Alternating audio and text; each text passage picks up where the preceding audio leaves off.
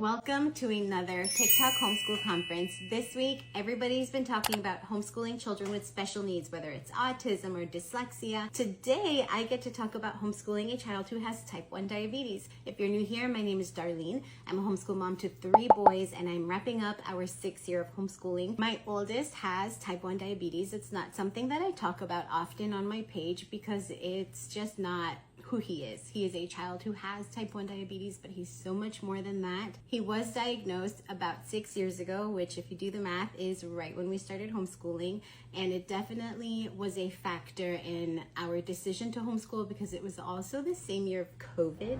So not a good time, but here we are 6 years later, absolutely loving it. It does make me wonder what his school life would look like if he was in a brick and mortar school.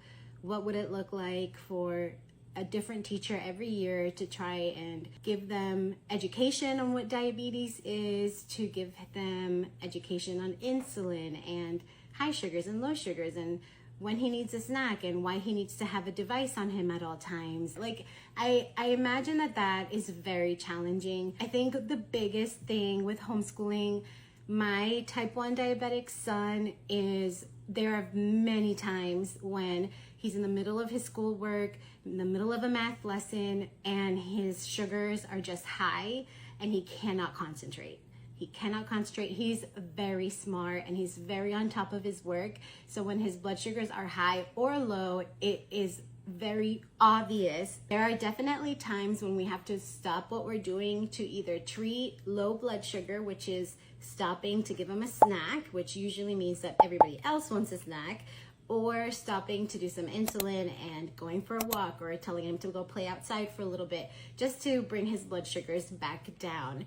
And I don't quite understand how that would work in a school. Obviously, like, there's a nurse, but then he would be missing his class. Like, it's not at home. We pause what we're doing and then we resume and continue after his blood sugars are in normal range. But in his classroom, what do you do? So that, I think, is probably the biggest benefit of homeschooling, is he doesn't miss anything because we are here and we can stop and go as we please.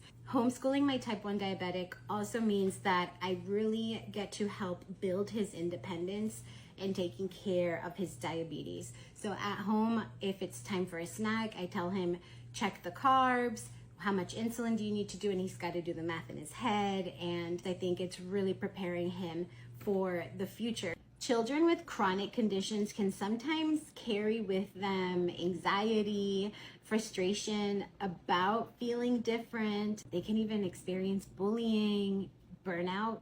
That's a big one.